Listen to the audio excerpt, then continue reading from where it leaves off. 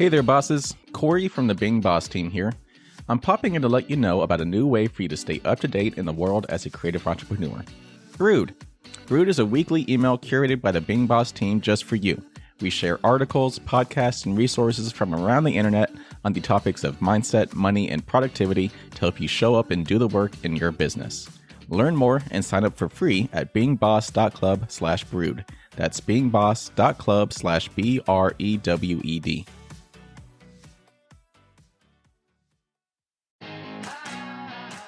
Welcome to Being Boss, a podcast for creatives, business owners, and entrepreneurs who want to take control of their work and live life on their own terms. I'm your host, Emily Thompson, and today I'm joined by guest Ella Livingston to learn more about the chocolate industry and explore the idea of building and breaking legacies within our families, communities, and industries. As always, you can find all the tools, books, and links we reference on the show notes at www.beingboss.club. Sometimes seeing someone else's path to success helps us clearly map out our own. It's why we all like business podcasts, right? Well, I'm here to share a show for you to check out, the Female Startup Club podcast, an amazing resource that shares insights and learnings from the world's most successful female founders, entrepreneurs, and women in business. In a recent episode, I loved hearing about how Michelle Grant, the founder of Lively, the lingerie and swimwear brand, built and sold her company for $105 million in just 3 years. Total boss move. So if you're looking for a new pod to inspire your next steps, listen to the Female Startup Club podcast wherever you get your podcasts.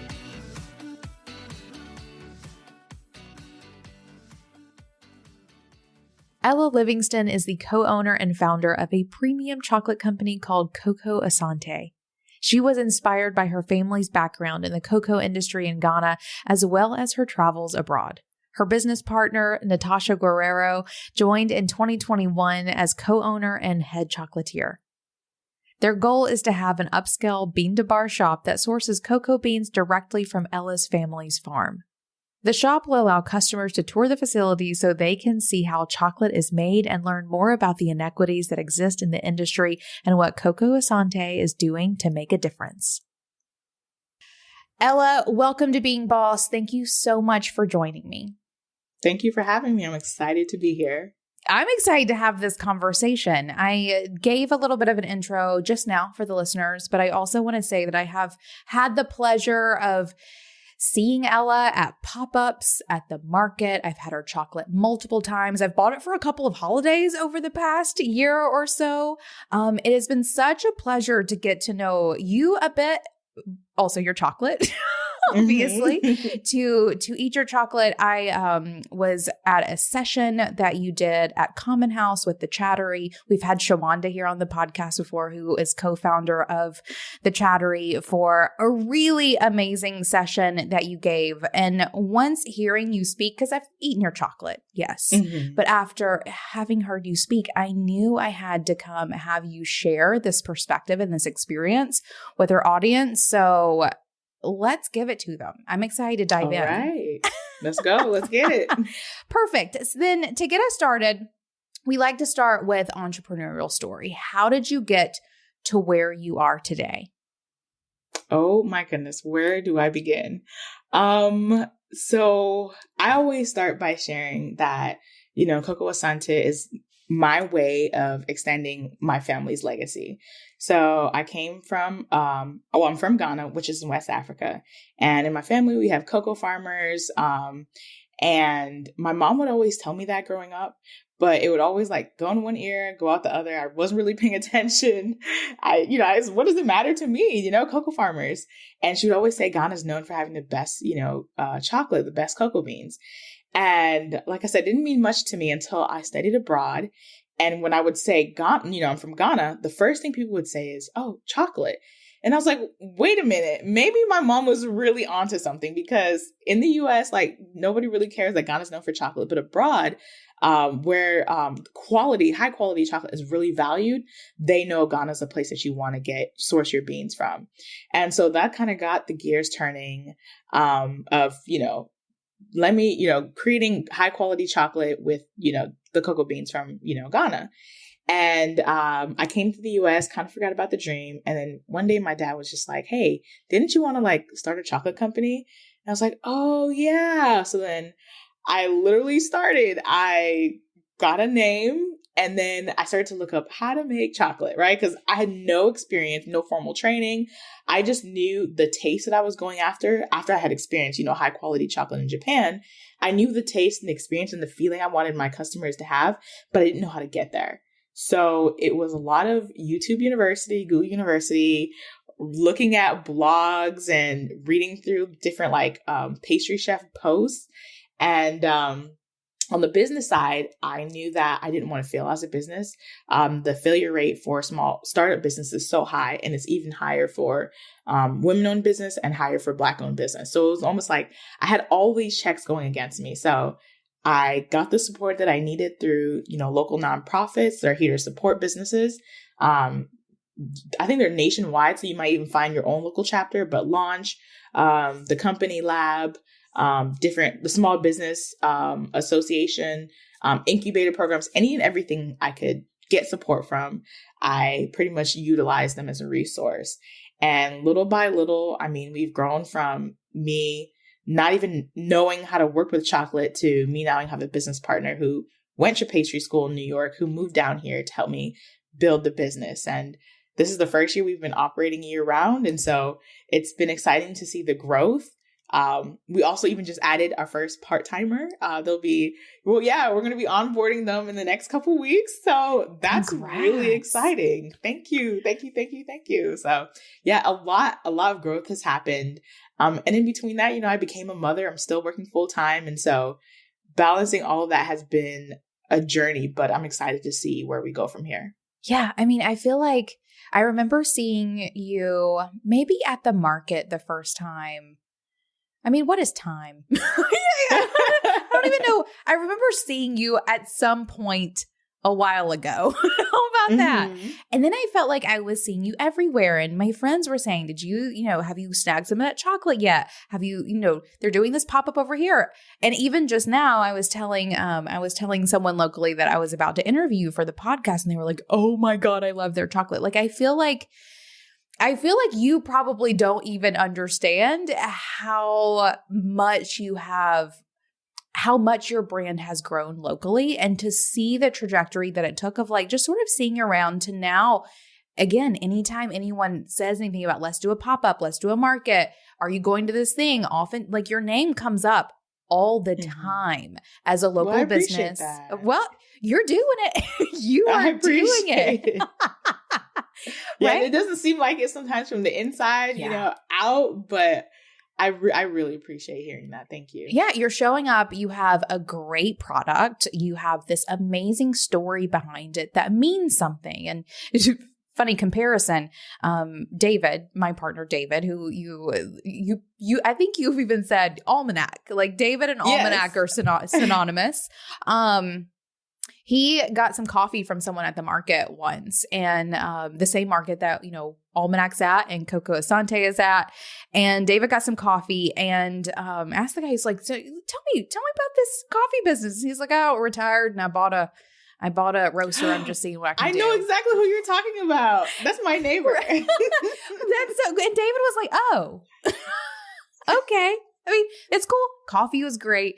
But walk up to someone who is selling chocolate and they have this amazing story of their family and them getting into this family business and all the things, there's a difference. There is a difference that happens whenever you are bringing this amazing story, not just necessarily, not that an interesting hobby isn't something you can base a business on, but there is this strength and longevity that comes from not only the story, but also a really great product. And I think that you're doing that. So I appreciate it. High five. Thank you. Perfect. Okay. Before we get into some nuts and bolts things, because I want to dig into a couple of these story things and really get into one of the things that I have found most interesting about your story, I want to get to something that is also incredibly interesting, and that is simply the chocolate industry. Because I told you before, I eat chocolate every single day. Like, it's a daily ritual that I have, that at about 2 or 3, I feel myself going, I'm missing something. Yeah. I'm missing something from my life. And so I'll go to my chocolate stash. I have one in all of my workspaces. I have one here. That is so great. I have some here in my office. I have some at home. Like, I have my chocolate stashes. I'll go get a single piece of chocolate, snack on it, and then go about my day. It's like my afternoon coffee or whatever. Anyway. And I feel like most bosses have some sort of similar ritual in their life. Definitely eating chocolate often. But it's funny because of all the things that we do, chocolate is the one process, the one industry, the one business model that I actually don't know a ton about. So I'd love for you to fill us in a little bit. I'm sure it could be quite extensive, but at least maybe where you are fitting in the chocolate industry. Where does it come from? How does it work? What are you trying to do? What are you trying to do differently? Gotcha. Well, yeah, in a nutshell, because like you said, it can't get extensive. You know that Netflix, I don't know, can I say Netflix on here? Absolutely. Netflix, okay. Call us. All right, cool. I know, call me. Hey. So there's a documentary on Netflix, and it kind of talks about it goes into different industries, and it shows behind the scenes and all the inequities that exist. I think the first episode was about bees. Another episode they did those quick cash loan places. And you're watching these shows and you're just as you get deeper and deeper, you're like, oh my gosh, I can't believe it's like this. Oh my gosh, why are they doing this? Oh my gosh, there's so much greed. And the deeper you dig into the chocolate industry, you realize that it's the same thing. The cocoa beans are pretty much grown in warm tropical climates in Ghana, West Africa, I will say, in South America, and about 60% of the entire world's cocoa bean supply comes from 2 countries, Ghana and Cote d'Ivoire. So they're neighboring countries, and 60% of the world's cocoa beans come from those 2 countries. And while the majority of the world's cocoa beans come from there, when you look at the breakdown of where profits go, you realize that when it comes to the breakdown of the model, I shouldn't say profit, I should say revenue. Only 6% of all the money that's made in chocolate, and it's I forgot it's either 20-something billion or 200-something billion. Either way, it's an astronomical amount. And out of that entire amount, only 6% goes to the cocoa farmers. And mind you, they're doing so much work. Well, where's the rest of the money going? It's going to the middlemen. It's going to those who are processing the cocoa, and it's going to the retailers. And so the cocoa farmers make so little money that they oftentimes have to take 2 or 3 other jobs just to make sure that their families are able to eat, able to survive, etc. And so seeing that inequity exist, that's part of the reason why Cocoa Asante is here. We want to make a change. So our plan, we have a plan on 2 fronts. We want to affect the cocoa industry, one, by owning the entire bean to bar process. So once cocoa is grown and it's harvested and it's dried and it's fermented, it's then packaged and sold by the pound to the cocoa board. The cocoa board almost acts like a middleman, and a lot of countries who process cocoa, in a lot of Western countries and in North America, they come and they buy the cocoa from the cocoa board, and then they take that chocolate and then they process it themselves, and that whole processing is extensive and it's expensive, and then the retailers purchase it wholesale, and then they make the chocolate products. So right now we're pretty much a retail. We don't have the equipment to process the chocolate ourselves, but we want to. And once we're able to be bean to bar, I want to actually directly source from my family's farm, and then as we grow from neighboring farms. How we make a difference by paying more money to the farmers, like it should be, right? It's a simple solution. So that's one way that we want to affect change. The second way, Ghana recently took a stand against, I believe it was Switzerland. So Ghana came and said, hey, our farmers aren't making enough money. We're going to raise the minimum price to this certain amount. Y'all can afford it. It's not that much. Just They're not even asking honestly for what they're worth. You know what I'm saying? If 60% is coming from this country, like they have anyways, let me not get too deep into it. But so they didn't even ask for that much. And Switzerland was like, no. And so the president of Ghana, I was so proud of him. There was a diplomatic meeting and he was just like, we've tried, blah, blah, blah. We've had these great relations, but from here on out, Ghana will no longer export chocolate to your country.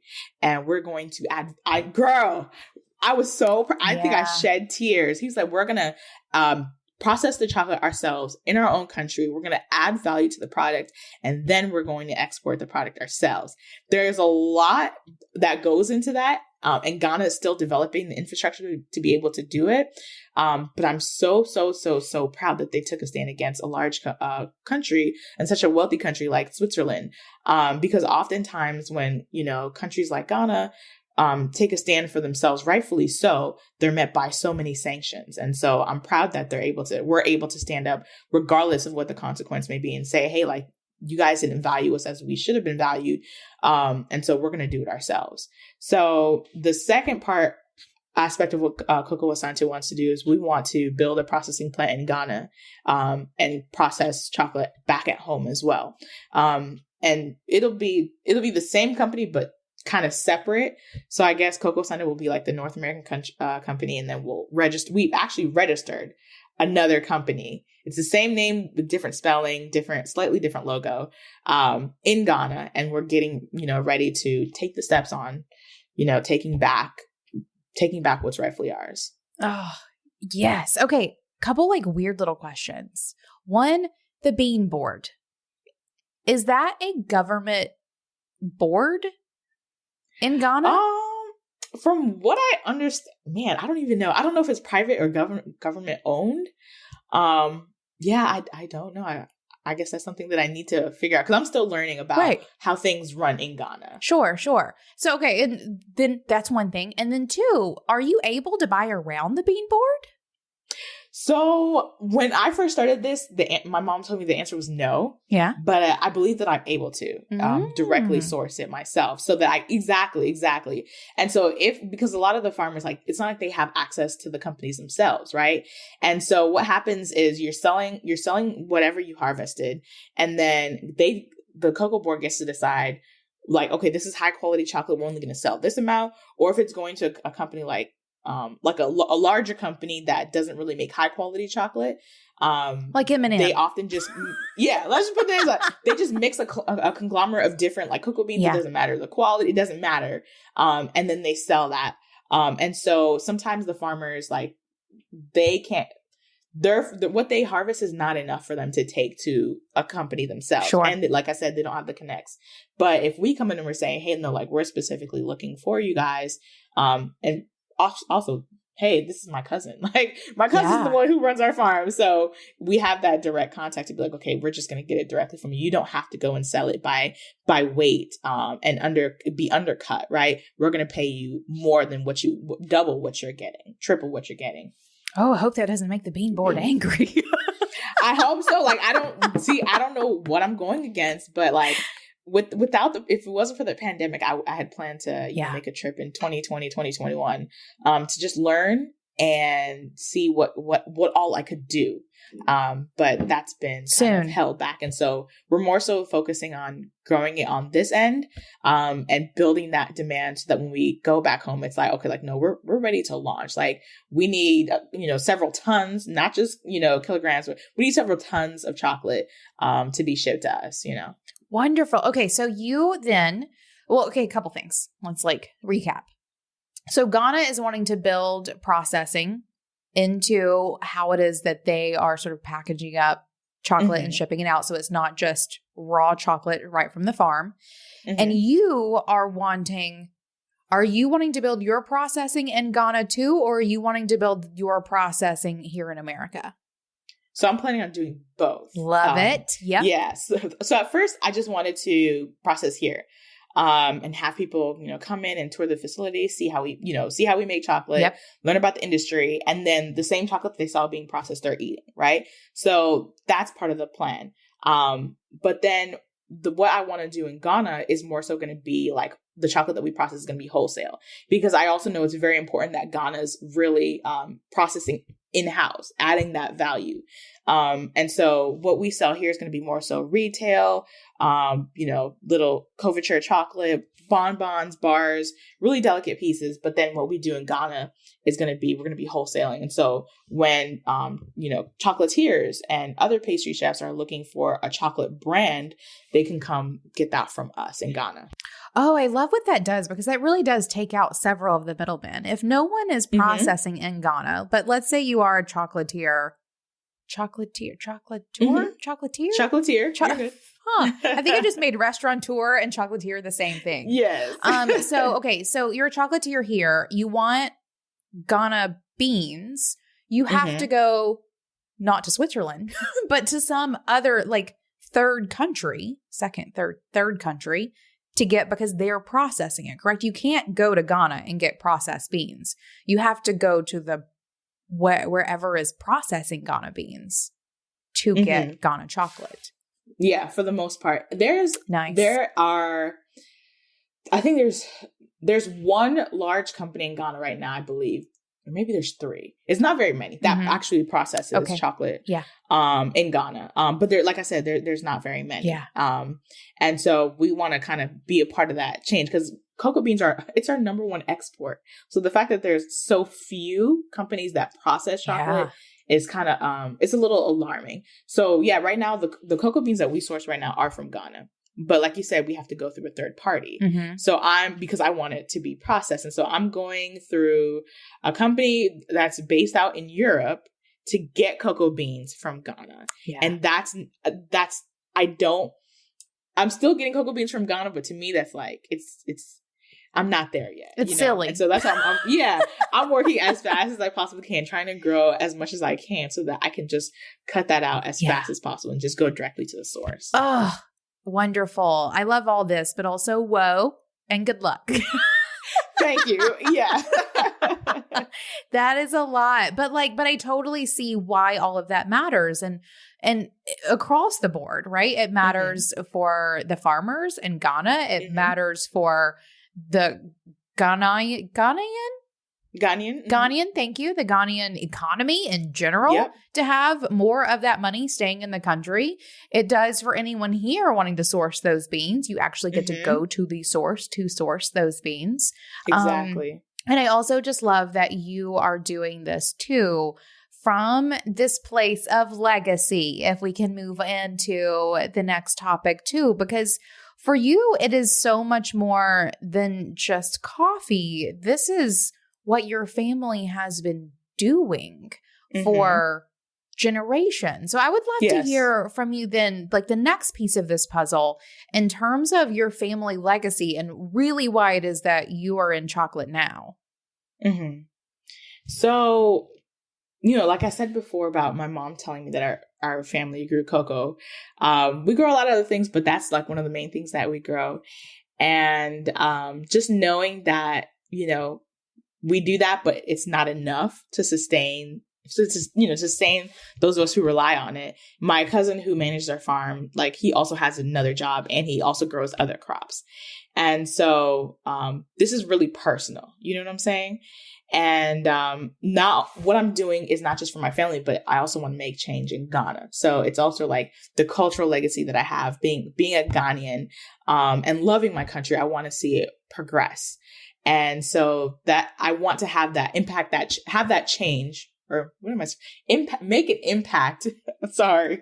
So I want to make an impact and affect change and leave that legacy. And then now that I have, a daughter of my own, I want her to be able to, she's born in America. She's not born in Ghana, but we speak the language to her. We try to she eats the food. And so I want her to have deeper ties to home with what we do as a family and, with the family business. I really want to, like I said, extend what my family does. We don't just grow your cocoa beans, but we process it and we create the beautiful end product. And as the customer, that we've had control of the whole entire process. We're giving you a high quality product. and you know that it's fair trade, it's sustainable, there was no child labor involved. And so you really feel good about what you're consuming. It's a quality product that tastes delicious and you can feel good about. You might have heard me talk about CRM platforms in the past and wondered, what the heck is she talking about? Well, a CRM platform takes any customer interaction, like a sale from your website or clicking on your weekly newsletter, and transforms that data into valuable insights. Insights like, when do my customers shop? And do my emails really get opened more on a Monday? A HubSpot CRM platform is ready to help connect the dots between your business and your customers like never before. HubSpot is consistently working to make its products more connected than ever. Improved forecasting tools give you a bird's eye view of your entire pipeline to see what's around the corner. See how your quarter is going, inspect new deals, and use customizable data-driven reports to improve team performance as you grow. With custom behavioral events, you can get into the details of what makes your customers tick, track site behavior, and understand your customers' buying habits, all within the platform. Learn more about how a HubSpot CRM platform can help connect the dots for your business at hubspot.com. This episode is brought to you by Freshbooks. There's a lot to love about being your own boss, but it's likely that trying to figure out your financials on your own isn't one of those things. Luckily, there's Freshbooks, the all-in-one accounting solution that's built for business owners like you. FreshBooks takes all the not-so-fun parts of running a business, from building and tracking invoices to organizing expenses and managing online payments, and automates and simplifies them, saving you up to 11 hours a week in the process. Just think, what would you do with an additional 11 hours a week? Try FreshBooks for free for 30 days, no credit card required. Go to freshbooks.com/beingboss and enter Being Boss in the How Did You Hear About Us section. And I remember something too that you mentioned during the session that I was sitting in a couple of months ago, and you were talking about how farmland is handed down from generation to generation. Can you speak on that a little bit? Because y'all, this is great. Yeah. Yeah. So my mom is just, man, she just tells me all these great things. So she was explaining to me how family inheritance, so anything that you can inherit from your family, comes through the maternal line. So in Ghana, we value everything. It's a matriarchal society. We value women. And I mean, you'll even see that Ghanaian women have some of the highest rates of entrepreneurship, you know?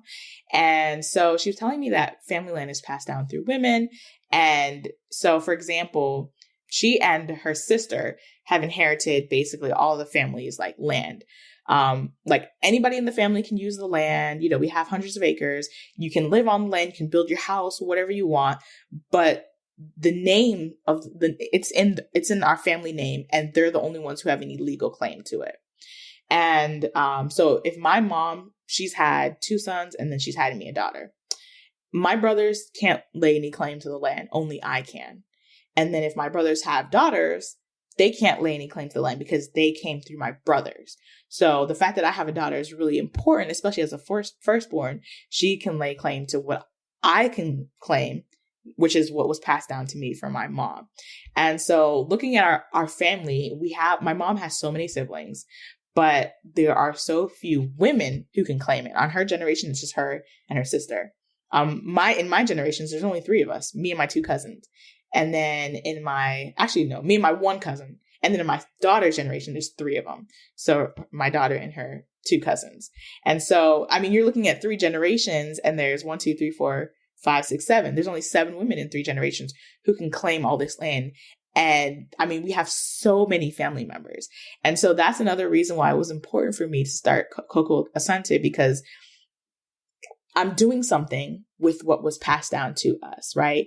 We have the land, we have the cocoa farm, and now some of the land is just sitting there being unused. Well, why don't we expand what we do and really make it a family like business, something that really ties into our roots, really ties into our land. So from all these different aspects, like Cocoa Asante really just kind of tied in everything, from my family to my culture, to my background, to my roots, everything is just reflected in Cocoa Asante.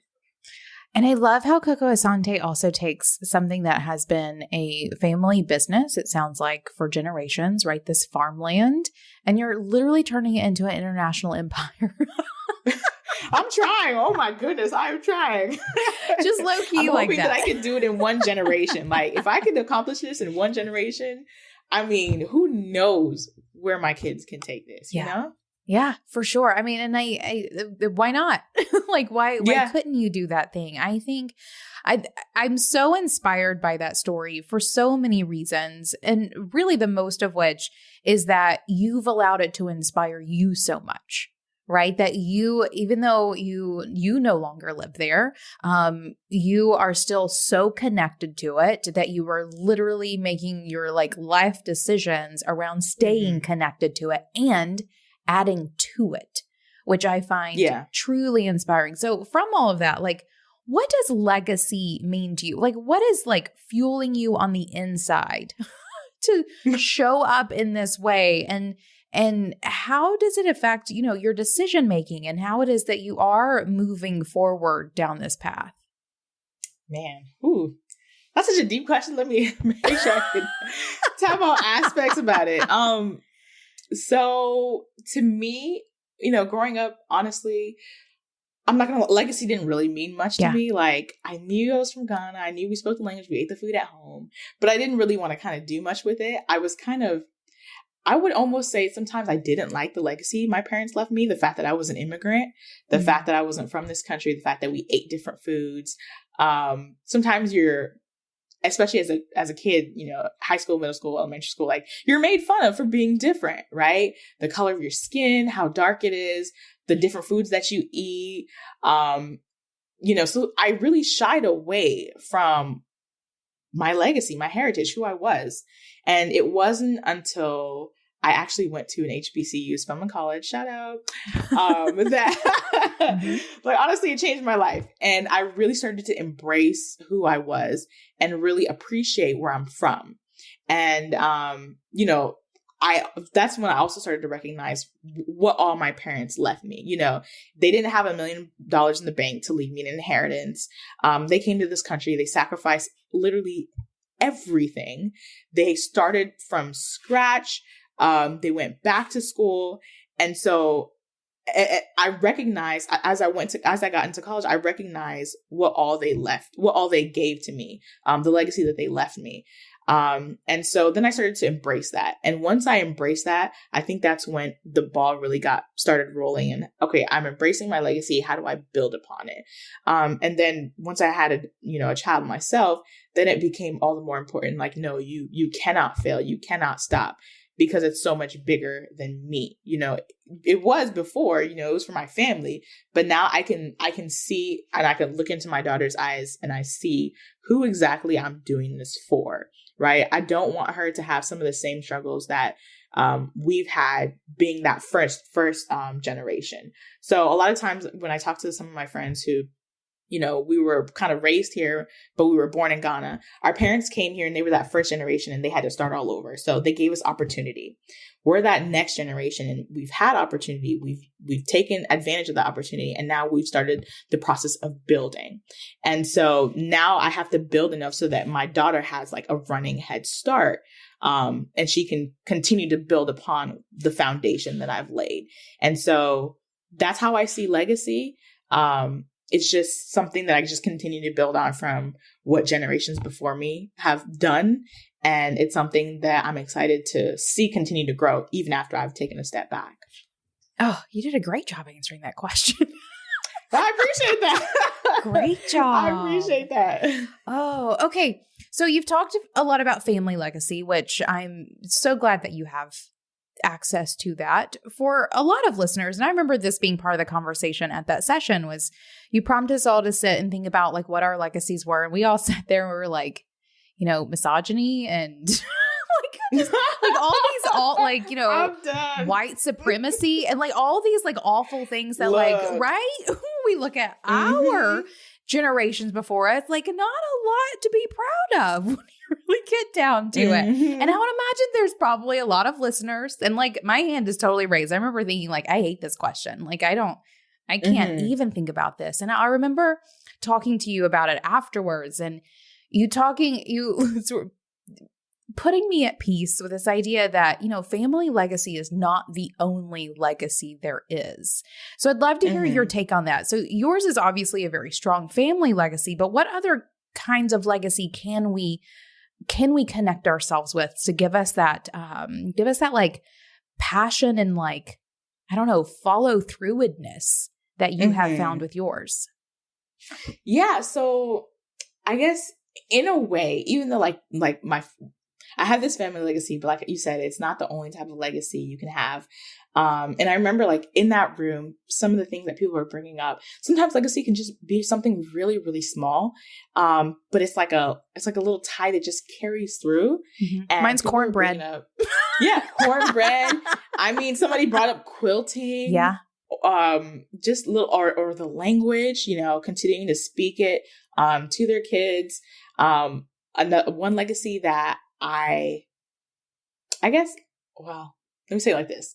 People also brought up legacies that aren't positive, that they're breaking. And I thought that was a great way to look at things. And I think like when you said, misogyny and white supremacy, just people recognizing that not all legacies are good and that you don't have to follow through. I think that's even sometimes just as important, if not more, than what you actually continue to do. My one thing personal that me and my husband are really intentional about is leaving a legacy like of love and affection. Growing up, my parents didn't really show love. Like I knew they loved each other, but I mean, they ended up divorced. So, anyways, but like we didn't see affection. I think I saw my dad hug my mom one time in my entire life.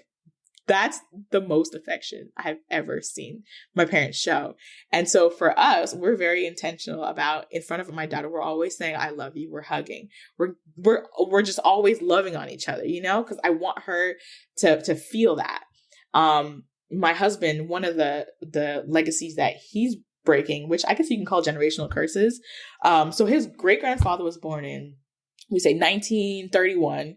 His grandfather was born in 1951. His dad was born in 1971, and he was born in 1991. So they were all born 20 years apart, right? So yeah. And for the most part, they were all born out of wedlock at 20 years old. And so he was very adamant about, I'm not going to have a child at 20. I'm going to break that legacy. And I want to be married before I have my first child. And he did.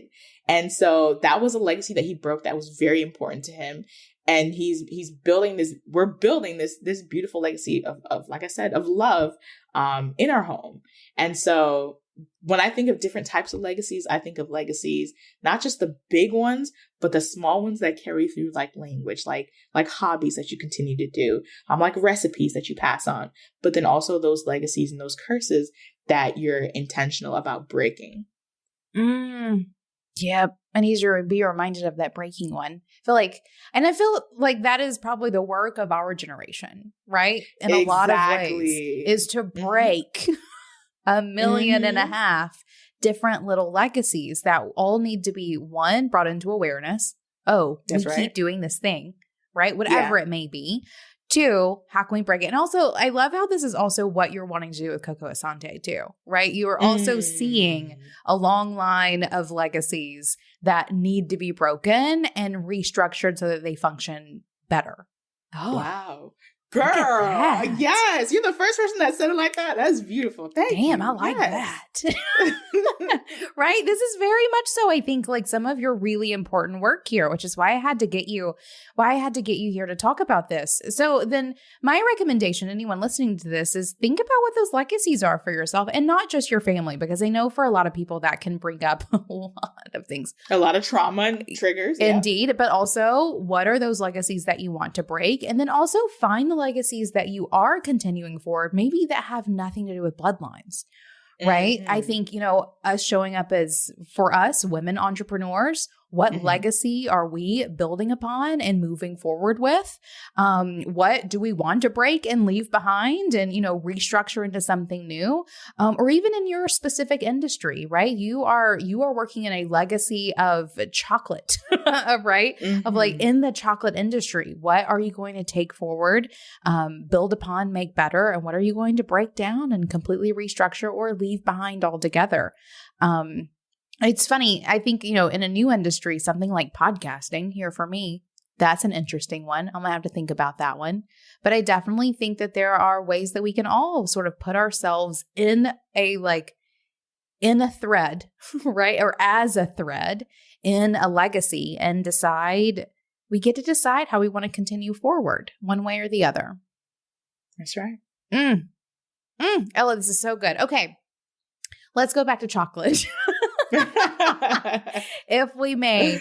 I would love to hear from you what some of your next steps are.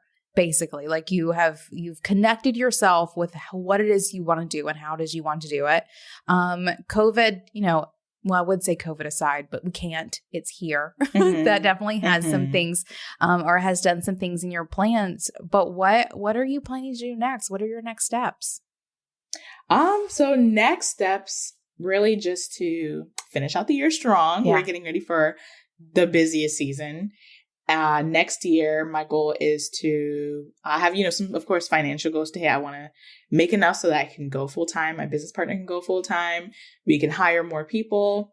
We can start to look at start to raise money to get the equipment that we need to be bean to bar. And then even start looking at breaking into new markets. Like, we're growing in Chattanooga, but, Chattanooga is not a large city. It's not a large enough city for us to grow as we need to. So, of course, we want it to be our main, our flagship location. But we do want to break into, Atlanta, why not? LA, New York. And then, of course, we're always in the background working in Ghana to see, it's a slow process, but, working in Ghana to see, how we can start to build on that front. Oh, well, you just let me know every step of the way. I taste test. Yeah, yes, ma'am. I'm good for that. Filling up everybody's stockings with chocolate for sure. Perfect. Well, Ella, it has been a complete and utter pleasure to have you here sharing all of this with bosses. I hope that everyone gets some good little takeaways for continuing on your path, whatever that may be. But I think the biggest question is, where can people buy chocolate? Well, what a great question. And I guess before I answer that, I just want to also say, thanks for having me. It was great for me too. I think just being able to speak about certain things, just help, the vision become a little clearer. So I really appreciate that. You're such a great moderator, great podcast host. Yeah. So, but as for where you can buy Cocoa Asante, you can always buy it on our website. We do ship, we deliver. We're at our local markets, and the website is www.cocoasante, that's spelled COCOAASANTE.com. And we do ship during late fall to early spring. So we don't ship in the summer. So catch us on our website. And like I said, we're heading to our busy season. Don't wait till the last minute to order your gifts because it may not make it. So please, please, please, if you're going to order early. Awesome. Perfect. And my last question is always my favorite and always the sneaky surprise one. Uh-oh. This is the good one. Ella, what these days is making you feel most boss? Oh my goodness. Most boss. Man, this is a good surprise. Honestly, it may not seem like it, but honestly, being a mom is making me feel most boss, only because motherhood is the hardest hood to be a part of, but it also shows you just how much you're able to do. And it lights a fire under you that you didn't know you needed, or that you even had. Like, I didn't know I had the strength to do what I did until I became a mom. And so motherhood makes me realize that I'm being a boss. Like, taking my daughter to meetings with me and saying, hey, my daughter's here with us and we're still going to have this meeting. And if you don't like it, then she and I are both going to leave. That makes me feel like a boss, being able to stand up for women in all aspects, because we're so multifaceted. We show up to meetings, but we're a mom, we're taking care of our home, we're running the household, we're having those other full-time jobs. And so being a mom allows me to kind of showcase that, if that makes sense. Yeah, it does. Yes. Oh, wonderful. Great answer. Ella, this has been a pleasure. I cannot wait to see you IRL soon. Yes. Yes. Also eat chocolate always. Yes. This has been a pleasure. Thanks for coming to chat with me. Awesome. Thank you for having me. Of course. All right, boss, because you're here, I know you want to be a better creative business owner, which means I've got something for you. Each week, the team at Being Boss is scouring the news, the best entrepreneurial publications, and updates and releases of the apps and tools that run our businesses, and is curating it all into a weekly email that delivers the must-know tips and tactics in the realms of mindset, money, and productivity. This email is called Brood. We brew it up for you each week to give you the insight you need to make decisions and move forward in your creative business. Check it out now and sign up for yourself at beingboss.club/brood. That's beingboss.club/BREWED. Now, until next time, do the work, be boss. Yeah.